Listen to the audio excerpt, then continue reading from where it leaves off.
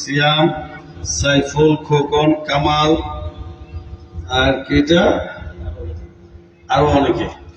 ধন্যবাদ সকলকে আমার পক্ষ থেকে যারা এই আয়োজক। কিন্তু আমি আসলে এইভাবে চিন্তা করি নাই। আমি ওনাদেরকে আমার কাছে যখন ছোট ভাইরা গেল আমি বলছিলাম যে আমি এইভাবেই যে তোমাদের সবার সাথে আমি দেখা করে আসবো এমনি। তারপরে আয়োজনটা একটু অনেক বড় করে ফেলছে, সেই জন্য আবারও আমি আন্তরিকভাবে ধন্যবাদ জানাই, অভিনন্দন জানাই সকলকে। নিরাশ হয়েও না, যদি তুমি মুমিন হও জয়ী তুমি হবি। আল হাদিস। আমি আমার যুবক ভাইদের উদ্দেশ্যে হাদিসটা বললাম। কখনো যে আমাকে দেখে, এটা তোমাদের একটা শিক্ষা। যুবক ভাইরা যারা আছো তোমাদেরকে শিক্ষা আমাকে দেখে। কোনো কাজেই নিরাশ হওয়ার কোনো কারণ নেই। যে কোনো কাজ তুমি যখন কাজকে মনে লালন করবা, ধারণ করবা, এবং এই কাজের জন্য যখন তুমি চেষ্টা করবা, পরিশ্রম করবা, সফলতা তোমাকে ধরা দিবেই। কাজেই যুবক ভাইদেরকে বলবো যে কোনো কাজে তোমরা নিরাশ হবা না। যাই হোক, আজকের এই আয়োজন আমি অত্যন্ত আনন্দিত এবং গর্বিত। আমি যে আপনারা এই ভালোবাসা আমাকে দেখিয়েছেন। আসলেই নির্বাচনটা ছিল আমার জন্য একটা যুদ্ধ। ওই যে কে বললো, ওমর ভাই বললো না ৭১-এর যুদ্ধ। আসলেই একটা কঠিন যুদ্ধ। আমার সাথে আপনারা এই যুদ্ধে সামিল ছিলেন। এই একটা যুদ্ধ, এই পাহাড় সমান একটা যুদ্ধ। এত শক্তি, তারপরে আবার 10টা চেয়ারম্যান, প্রায় 100টার উপরে মেম্বার, তারপরে হচ্ছে যত হাইব্রিড, যত সুবিধাবাদী, যারা টাকা বেচে কিনা, যাদের টাকা আছে আরো চায়, জনগণের টাকা চুষে খেতে চায় তারা, তারপরে কোটি টাকা। এই যে শক্তির বিরুদ্ধে আপনারা লড়েছেন, আল্লাহ তাআলা আপনাদের অক্লান্ত পরিশ্রমের কারণে, আপনাদের দোয়ার কারণে, আপনাদের ভালোবাসার কারণে আমাকে এই চেয়ারটা আল্লাহ তাআলা কবুল করেছে, দান করেছে। আমি আপনাদের কাছে কৃতজ্ঞ, চিরকৃতজ্ঞ।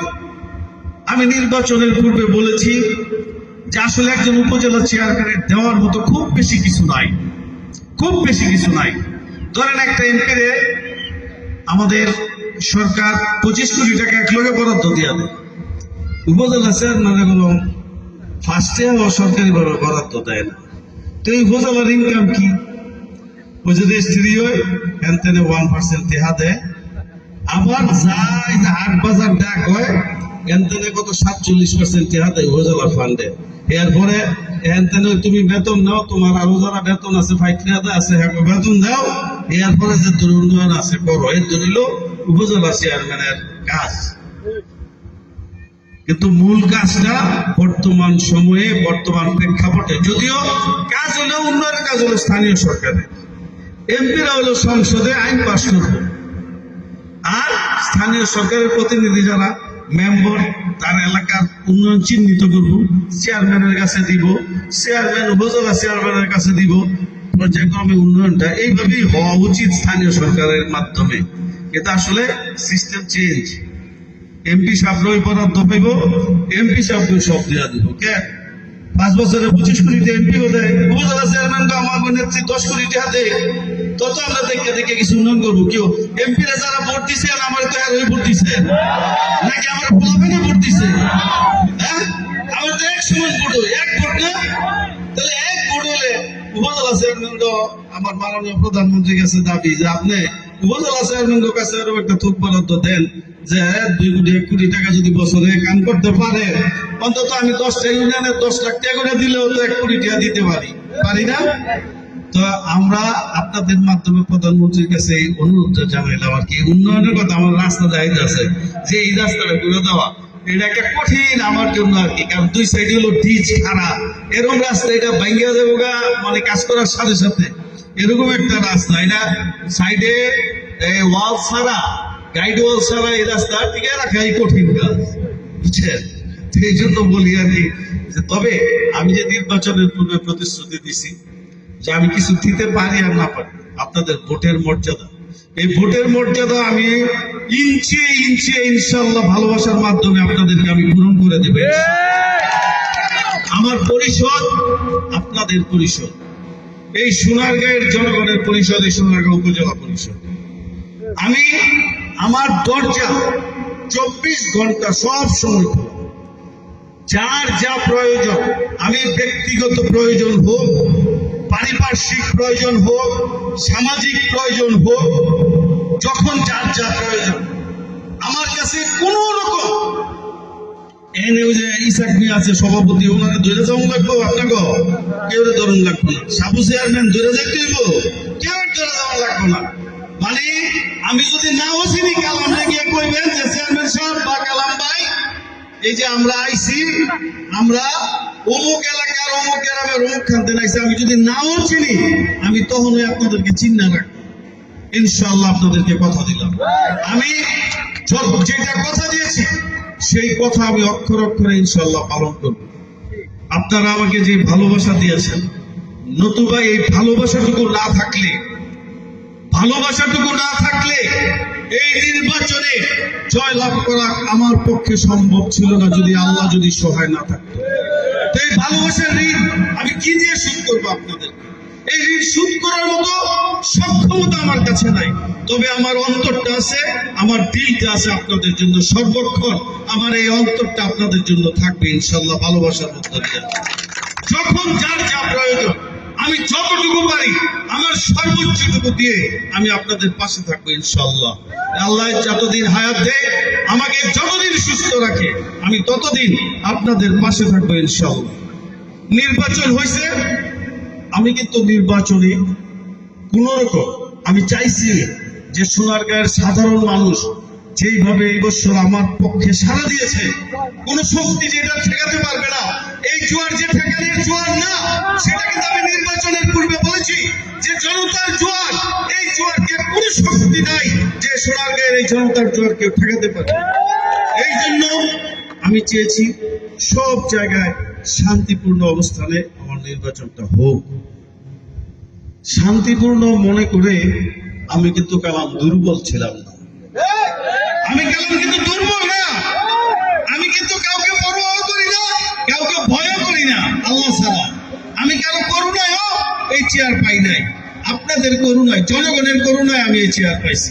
কোন ব্যক্তির করুণায় পাইছি, কোন ব্যক্তির আমি ভয়ও পাই না। তারপরেও দেখেন এই যে এখানে এই কেন্দ্রের মধ্যে বিক্ষিপ্ত ঘটনা, কেন বিক্ষিপ্ত ঘটনা? টাকা দিছো, ভোট কিনতে গেছো, মানুষ ভালো লাগছে তোমাদের, যারা যারা ভোট দেওয়ার দিছে, যারা আমার ভালো লাগছে তারা আমারে ভোট দিছে, এর জন্য মারামারি করতে আসে। আমাদের এই কোন এই মেম্বারের ছেলে নাকি খুব বড় গুন্ডা বলে, খুব বড় গুন্ডামি করে। আরে আমি কালাম, আমার চোখের ইশারা দিলে এই সমস্ত গুন্ডা বাইসা যায়। আমি কিন্তু খুব ছোটবেলা থেকে আমি কিন্তু রাজনৈতিক গুন্ডা, আমি কিন্তু সোনারগাঁয়ের বড় গুন্ডা। আমার নাম শুনলেও কিন্তু অনেকে সমীহ করতে হইছে। আল্লাহ বিএনপি বলেন, জামাত বলেন, জাতীয় পার্টি বলেন, আওয়ামী লীগের কালাম, ছাত্রলীগের কালাম, নাম শুনলে সব বেড়া সমীহ করছে। জিগাই দেখেন সোনারগাঁয়ের যে কোনো প্রান্তে। আমি কিন্তু আজান দিয়ে বক্তব্য দিতে পারলাম না। যাই হোক, আমি মুখে বলি যে আমি এই যে আমার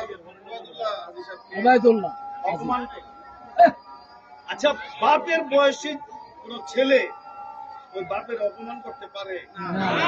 তাহলে তার বাপের যদি কেউ অপমান করে, তার কেমন লাগবে? ওর বাপটারে আমি বলি যে তোমার বাপটাও তো আছে, ওই বাপটারে যদি রাস্তার কেউ অপমান করে তখন তুমি কি করবা? তোমার হাডার নাই, কিচ্ছু করবে কেন? নিজে অপরাধ করে বাপের অপমানিত করবে। আমি অনুরোধ করে গেলাম যে দূর করছো, সাবধান হয়ে যাও, আর এরপরে যদি কিছু করতে চাও খুব হিসাব কিতাব করে করো।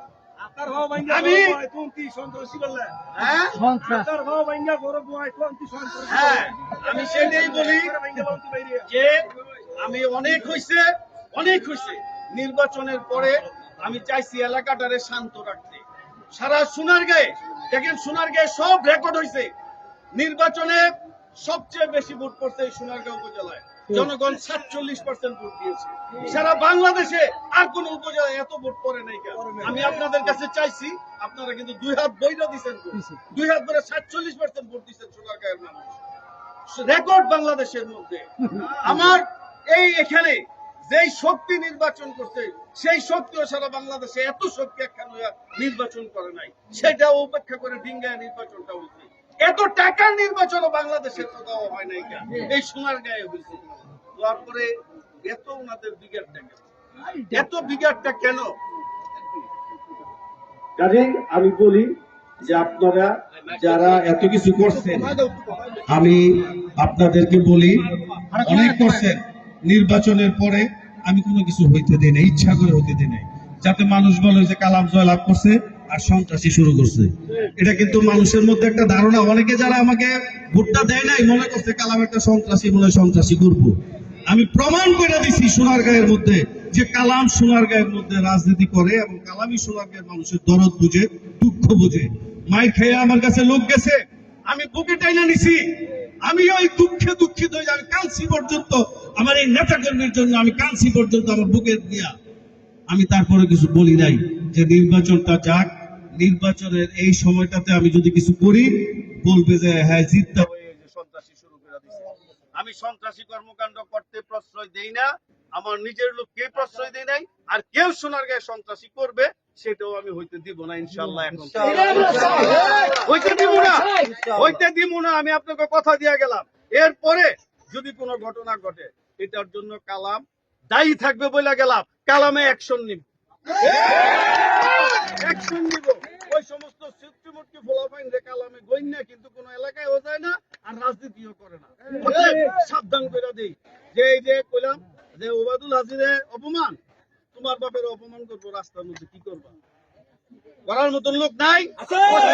পশ্চিম আছে না? পশ্চিমের পরে পশ্চিম আছে তো। তো বাবা কেন এগুলা করো? কেন তোমার এই বাবারে তোমার আবার আরেকখান অপমান করবে? এই কামটা করো না, তোমাকে অনুরোধ করে গেলাম, ভালো হয়ে যাও। ভালো হওয়ার সুযোগ দিয়ে গেলাম, সুযোগ কাজে লাগাও, সুযোগ কাজে লাগাও ভালো। আর যদি সুযোগ কাজে না লাগাও, এটার খেসারত বাবা ইনশাআল্লাহ বলে গেলাম। যাই হোক, আর বক্তৃতা নামাজের সময় আমিও নামাজ পড়বো। আপনারা সকলেই ভালো থাকবেন। আবারও বলে যাই যে আমার উপজেলা এই দরজা, আমার কালামের দরজা সব সময় আপনাদের জন্য ইনশাআল্লাহ সব সময় উন্মুক্ত। যার যখন যা প্রয়োজন, যতটুকু আমার পক্ষে থাকে, আমার সাধ্যে যতটুকু কুলায়, ইনশাআল্লাহ আমি আপনাদের পাশে থাকবো। আপনারা সবার দাওয়াত রইল, পর্যায়ক্রমে আমার অফিসে একবার হইলো এক কাপ করে চা খেয়ে যাবেন। আপনারা সবাই সবার দাওয়াত, এই যে দাওয়াত দিয়ে গেলাম, পর্যায়ক্রমে আসবেন, যখন যে সময় পাবেন আমার এখানে আসবেন, আপনারা চা খেয়ে আসবেন। আমার উপজেলা চেয়ারে বসে, আমার উপজেলা রুমে বসে আপনারা, এটাও আপনাদের চেয়ার, আপনাদের চেয়ারম্যান, আপনাদের রুম সোনারগাঁ। সবাই ভালো থাকবেন, সুস্থ থাকবেন। আসসালামু আলাইকুম। জয় বাংলা, জয় বঙ্গবন্ধু।